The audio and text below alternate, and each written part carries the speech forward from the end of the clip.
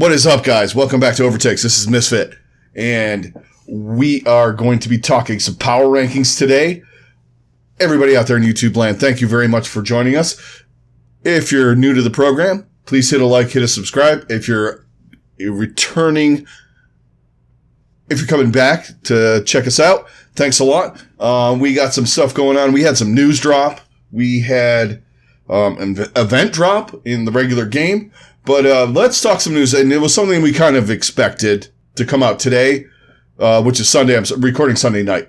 So it's something that I was expecting. They usually do it the Sunday before to let us know. I'm sure they let those guys know earlier than that. We had the Hero Pools drop. So for a week 24 and 25, which are the next 2 weeks, we got May, Widowmaker, Arisa, and Anna. This is going to prove to be a little interesting. Once again, Widow's banned. This is the third time in I think it's 3 times in 5 weeks and 4 times overall that Widowmaker's been banned as a damage dealer. That's a lot. It's excessive. The second time May's been banned, and no one is really crying about that. And we have Arisa banned and Anna banned. So it's going to make the Genji stuff a little interesting, because we were seeing a lot of the thing that Arisa was doing. You're doing with the Arisa and Genji is the pull, the pulls into the not Dragon Blade, the dashes, and then of course you halt into a Dragon Blade is pretty devastating. Of course, Anna with the Nano Boost. Not going to see a lot of Nano Boosted Genjis running around for the next couple weeks, but honestly, a lot of teams have been running Brig and BAP because you can get the armor packs on. Now, I'm assuming they'll be running on the patch with the Brig nerfs, but you still have Rally. Rally on a Genji is still pretty good. You're not going to have Genji running around like a tank, but now let's talk a little bit about some compositions. We might see some regular old-fashioned Winston Diva dives, because we have the Diva buffs coming in. And, a little Genji Tracer Winston Diva. Probably see some of that. Sigma's so good, though. You might see some Rein Sigma. You might see some of the wacky stuff that teams like Seoul were running, where you had Monkey Zarya. As far as damage dealers, you're probably going to get a lot of Ashe Genji. Probably going to get some Tracer Genji. And supports, I think, are going to kind of stay on the norm. You might see a little Lucio. If you're running a Rein, you might see them guys run a Lucio in there. We saw a little bit more Lucio coming in the last week with them doing some of the things that they were doing. But this is going to provide to be interesting. Now, you don't have the Widowmaker option, so you could see some Hanzo.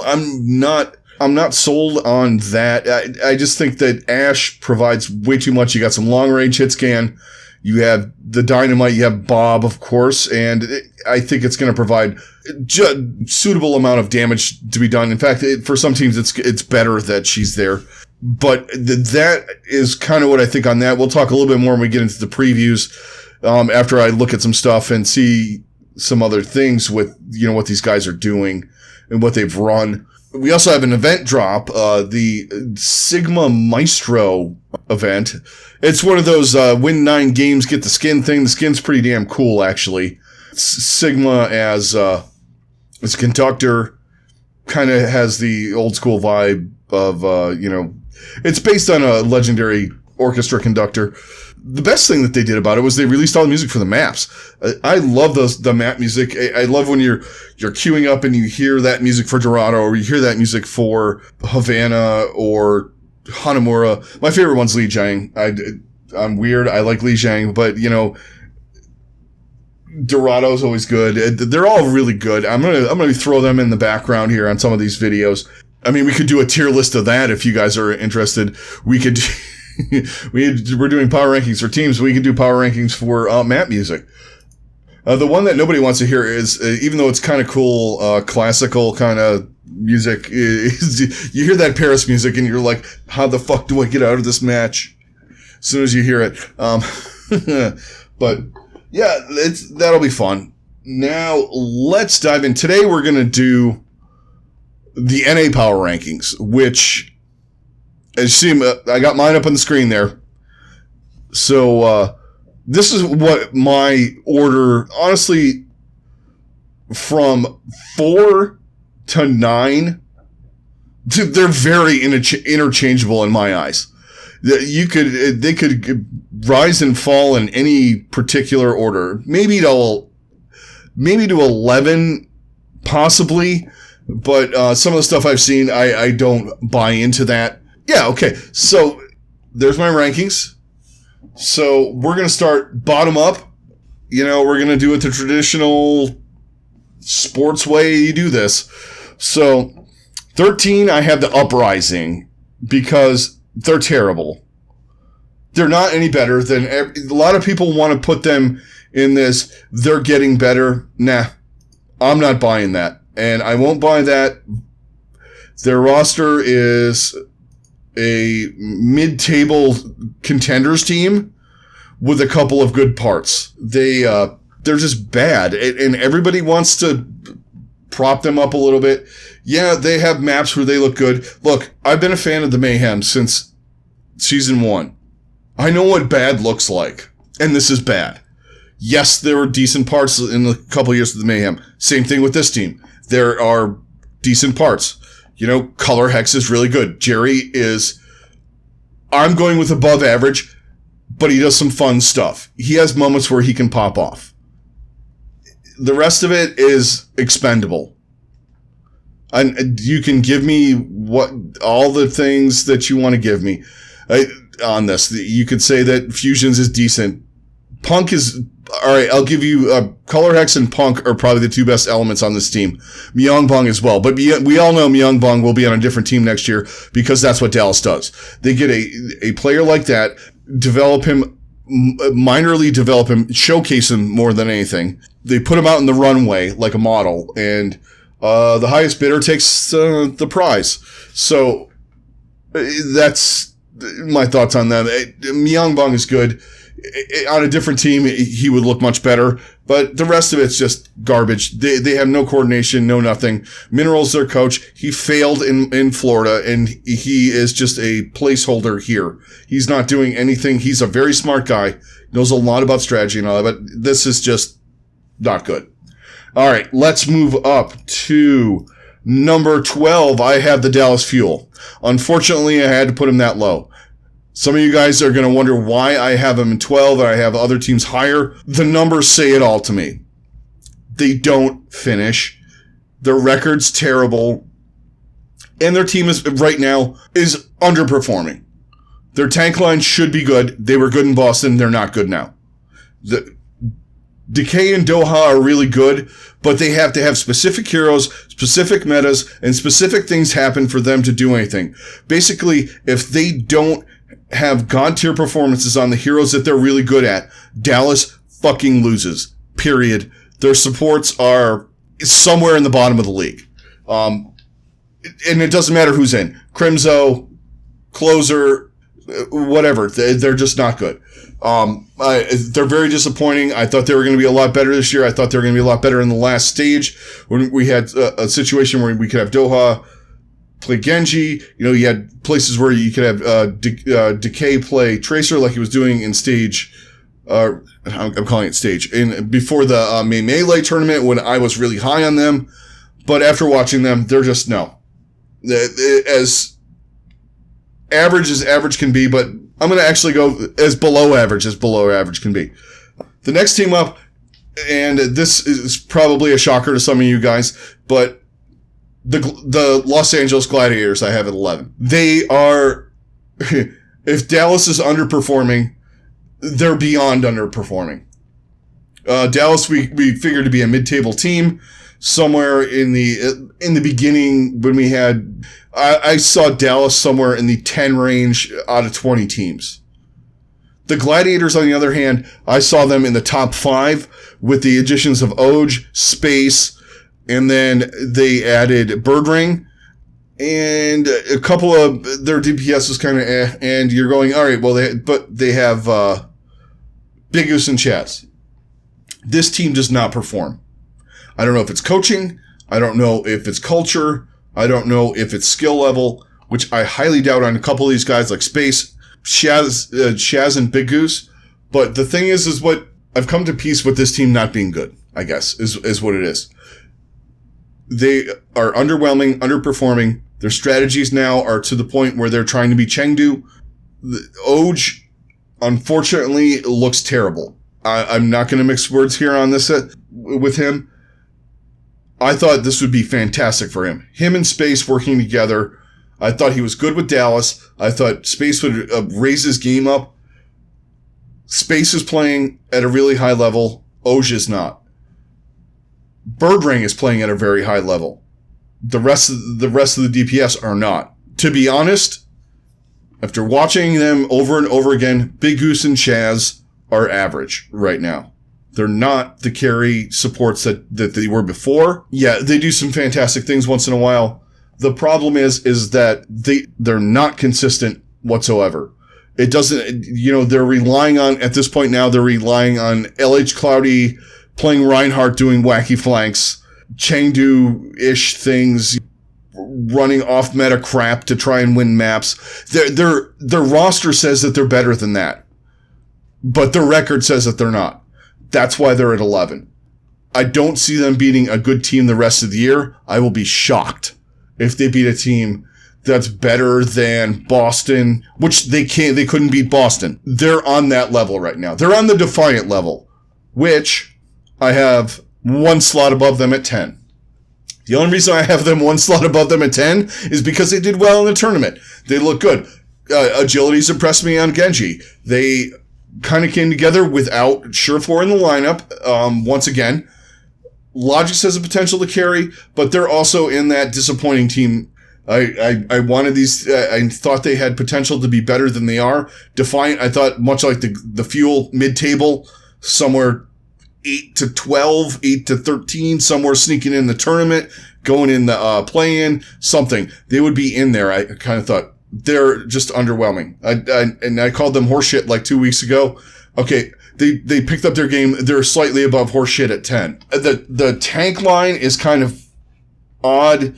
They have moments where they're good. They have moments where they're not. Numlock coming in, I thought was going to be a good idea. And Cruz also coming in the support line. And they needed some vocal guys. It seems to be working. I think maybe the more that they work, they're going to be a little bit better. But I don't think they're going to go much higher than this right now. I don't think... They have the potential to get into the top, like maybe above 7, 6, 7, somewhere in there. But that's all I see in them. Okay. And you were wondering probably where this team was. The next team on the list. At 9, I have the Washington Justice. The reason why I have the Justice at 9 is because this team has potential to be decent. They have not performed yet. Except for in the tournament, they beat the Gladiators, but I don't know if that's a big fucking deal right now. Let's be honest with that. Additions of Janu and Stitch are helping. It's just taking a little while for it to kind of gel together. They have other guys that played, and I said this in the APAC review. They have other guys, the NA review. They have guys on this team that have played on championship rosters or rosters that were in the playoffs.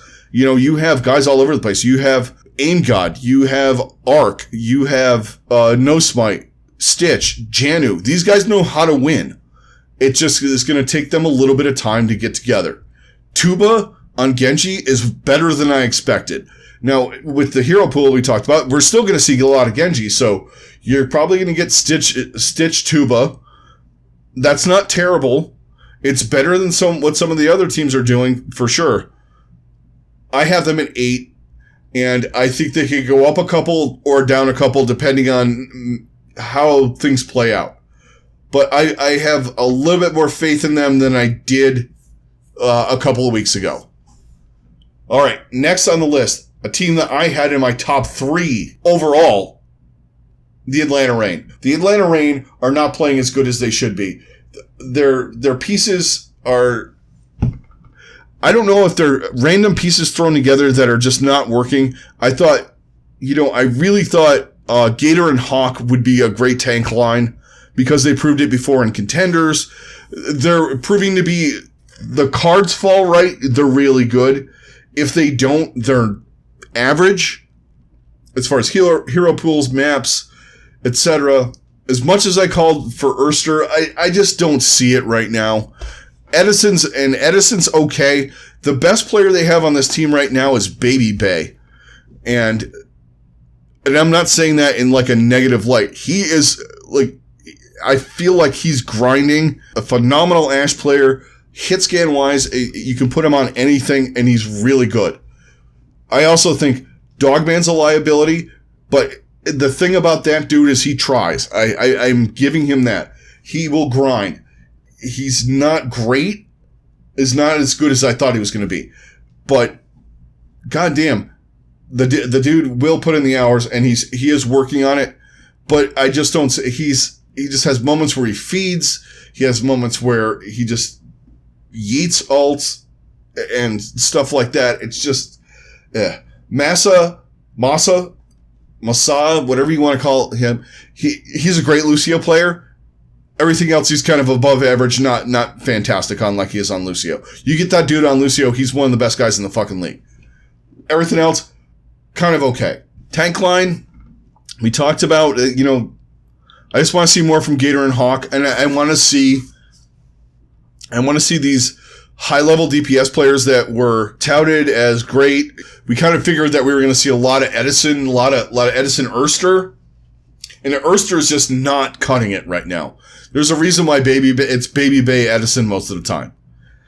I mean, it could change, but I have them this low for a reason. They're underperforming. They can't beat a team above 500, and if they get into a match where they lose a map, they don't win that. They either 3-0 or the other way. They get swept. They lose the map, they're done. And we saw, they had, a 5-map thing, but, they lost a map. They didn't win the match. Still plays out. Okay, moving up. I did something that I normally don't do. Now, some of you are saying, why are they this low? I have the Outlaws at 7. Me and the Outlaws. It's a thing. I can't ever pick them right. They annoy me. A lot of their fans annoy me. They're like Cowboy fans in football. But putting hydration on main tank, even though there was an injury to Muma, seems to be a really good remedy. And Dante, I keep saying, Dante is an MVP candidate right now. You can fucking throw out 10 or 15 guys. The only reason why the Outlaws are this high, not the only reason, one of the main reasons why the Outlaws are this high is because of Dante's play on Tracer, Sombra, Genji. He's phenomenal. He is absolutely taking over matches, and he's a nightmare to play against. This guy has proved to be the best pickup, one of the best pickups any team has made in the last 2 years. We had not seen a lot, last year it was like, it was Goats. Goats doesn't count. But this year, Dante is proving how good he actually is, and it really sickens me that San Francisco could let him go and it didn't matter because they had guys that were as good as him on these things. They might want him back now because Genji, they don't look too good on. But I'm a fanboy, and I'm a fan of an Outlaw.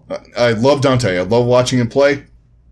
I also like hydration on main tank. Their support line is weird, but it seems to be fucking working in some strange manner. I don't know. It works in doses. It's not great all the time, but it's doing the job when it needs to be done. That's all you need sometimes when you have a guy like Dante doing what he does. Hydration on main tank, he's looking better and better as we speak. Him and Mono have a great synergy. Something you don't expect. But him and Mono are working really good together. Mono has picked up his game. He's got a great Sigma. He's still a god-tier diva. These things matter, and him and Hydration are a viable tank line, if not above average at this point. And paired with Dante, and Linkser will have his moments where he goes off on either Ashe or obviously he's not going to be playing Widow in this upcoming meta, but some of the hit scan, you get him on the right thing. He's looking really good too. I don't know if it's because he's playing fucking 9 million hours of Valorant or whatever, but he looks like Linkser of old. But I don't think they're at the level to beat some of the really good teams yet. Like the Phillies, the San Francisco's, they beat the Mayhem. Yes, I have the Mayhem higher than them. Shoot me, I don't care. I can be a fan for a moment. I'm not playing the college football game in this either. This team beat that team because that team and this team and this team, that's why they should be ahead of them. Don't give me that bullshit. I could care less. If you look at the season record, they beat them once. They're 1-3. Anyway, but I'm still high on Houston. I think they've looked really good, and it pains me to say sometimes, but God damn it, they're better than I thought they were going to be. Now, the next team I have a little high. I'm even going to admit it. The Vancouver Titans. I put them up this high because I kind of like the grittiness this team has. Yeah, they had to do a whole roster thing. They got rid of the runaway roster and they moved into this NA roster, and you got guys playing on fucked up ping and all kinds of stuff. But you know what? They're making it work, and they look good doing it. And some of the teams that they're beating at this point, let's just tell it like it is. Beating the Gladiators right now doesn't matter. They're not as good as advertised. I think that this team has the potential to stay where they are. I don't think they're going to go up too much. Teams they might leapfrog the next couple teams I have in front of them. If they keep their synergy up, they keep playing at the level they do. Shockwave was a great addition to this roster. He's proving to be a fantastic DPS player. I love Dalton. Like where they're going. I think that they're overperforming right now, but I think they're going to continue it. These guys are hungry, they're ready to go, and they want to make a name for themselves. So I think 6 is a good spot for this team, kind of right in the middle. They might go up a little bit depending on the next couple teams, and they might go down a bit depending on the teams below them. I think 4 through 8 is a jumbled mess. I wanted to do an order just to make it fun, but they're like chunks. Like there's a 9 through 13, 9 through 12, I should say. 13 staying the same. 9 through 12, those teams can move up and down and all around in there, a tick here, a tick there, up and down. It'd be fine. I think I would go my 4 to 8, same thing. Top 3, I think, is staying the same.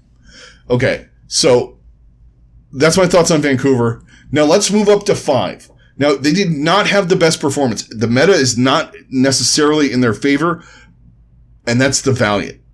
I have the Valiant at 5 because they've been consistent all season. They've been good. They've beaten more teams that are better than them than they should have, yes.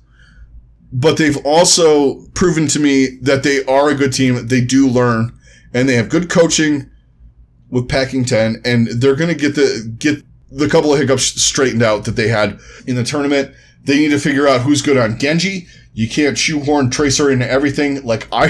Obviously they had me. They must have listened to me because I didn't think Genji was that strong, and I think you could do other things besides that. But right now, no, you got to run it. But they got to find who their Genji player is, and hopefully he's above average because that's all you need right now with the over tuning that we have on Genji. But they should be good.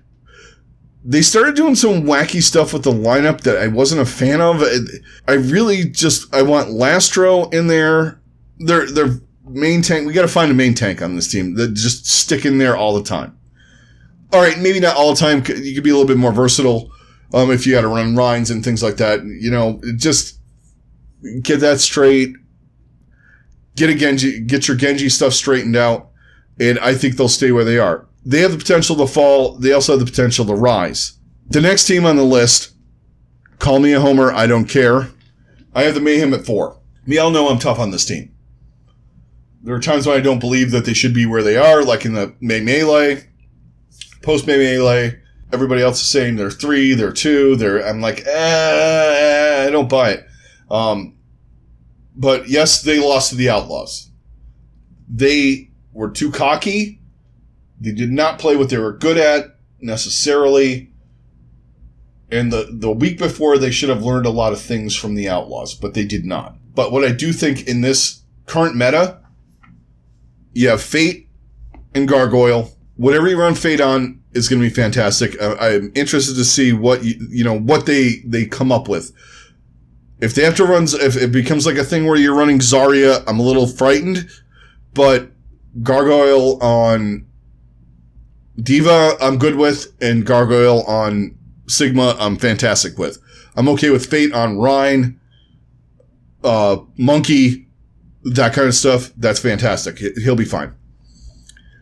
We didn't get Brig banned, so Chris will be fine. Even though Brig got the shit nerfed out of her, he'll figure out a way. He's a really good Brig player. If it gets into a Lucio meta, that's where I'm afraid. And Gangnam Jin, he'll be fine. Their DPS players also fine. You just got to figure out what you want Genji to play, what you want Yaki to play, and build around that. BQB will be fine. He's a fantastic Ashe, probably top 3 in the league.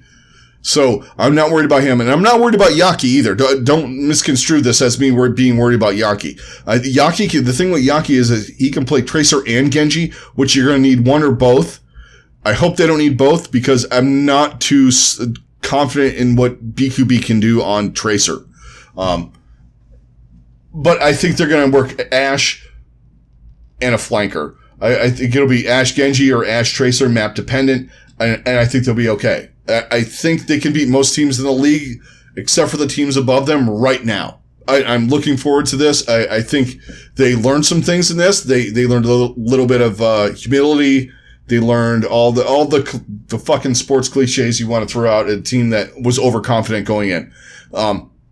I think they'll be fine. I think they're at 4. I think they're better, vastly better than most of the teams. There are teams that are below them that can give them a run. Yes. Outlaws, definitely. Vancouver, probably. Valiant, yes. Justice, depending on the day, maps, all that kind of stuff. Reign, I don't know. And the other 3, forget it. I'm done with the Gladiators, so I don't count them. The Fuel could give them a run too, depending on what's going on. Uprising, or the Uprising and whatever. But that's my take on the Mayhem for the power rankings. Okay, top 3. Now, these teams are interchangeable as well. The 2 of them. And the number 1 team has some issues. Believe it or not. So 3, I have Philly, and 2, I have Paris. And it's kind of a tie in my mind. Here's why. The match was pretty much a tie. They both played they played each other really well, and there were things I liked about Philly's style of this Genji meta better than Paris. Paris just kind of enabled Sparkle and just said, go fucking kill everything, kind of, in a nutshell. Philly plays more cerebrally in certain aspects. I like EQO, bringing him back in the fold. I like his fire, too. I just like the way he plays. He wants to fucking win all the time. And they're better when he's on there, even though they lost. Him on Genji, I liked it. Honestly, he tends to be smart about how he plays Genji. He doesn't go hyper aggro or hyper passive like a Fleta. He's not as aggro as Sparkle, who plays in a brawl style, kind of like, behind the tanks and then starts flanking. He plays it smart. He knows when to peel. He knows when to go in. He is aware of every situation that's going on. And it's fantastic. I love it. And then you got Carpe. Whatever Carpe plays with a gun, he's going to do fine on. He's got to play Tracer, Ashe, Soldier. Fuck. If you put him on Junkrat, he'll be fine. By the way, I want to see that. Can we get a Carpe Junkrat sighting? Anyway, I think, but I had them at 3. It's kind of like 2 and 2A, really. I liked what they did with the support line. I was not sure about it at first, but Funny Astro really is a great Lucio, and he's okay at everything else. And throwing alarm on Brig, his Brig is really fucking good. Lest we forget, I mean, he knows how to play a Brig. from back in the day. I mean, he didn't necessarily play it a ton when he was on Fusion Uni and all that stuff, but he knows how Brig works. He's a good support, probably Rookie of the Year candidate. If you're going category wise, early on I had him pegged him as my solid, but there's some other guys that have come up like Yaki and Lip and a couple other dudes. But we'll do a show about that later on, award type show. And let me know what you think. If you want to do it earlier, I'll throw you out my early on leaders in those categories. But tank line for Philly is fine. Now, Fury has stepped up his game. His Sigma is absolutely filthy. And Sato, quietly, has been playing really well.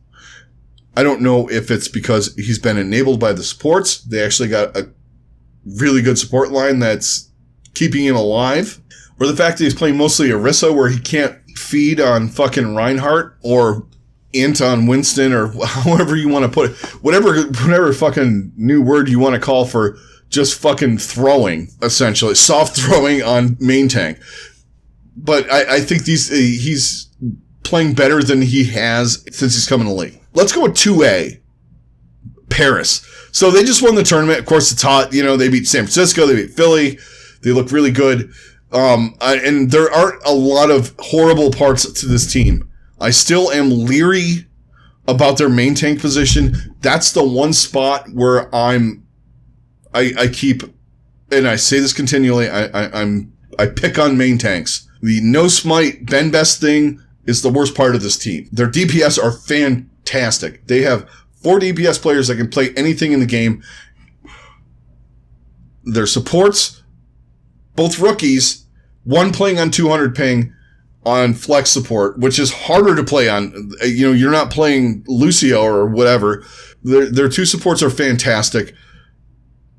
Hanbin's fucking fantastic. Another potential Rookie of the Year. But the main tank thing, and they've been playing really good, though.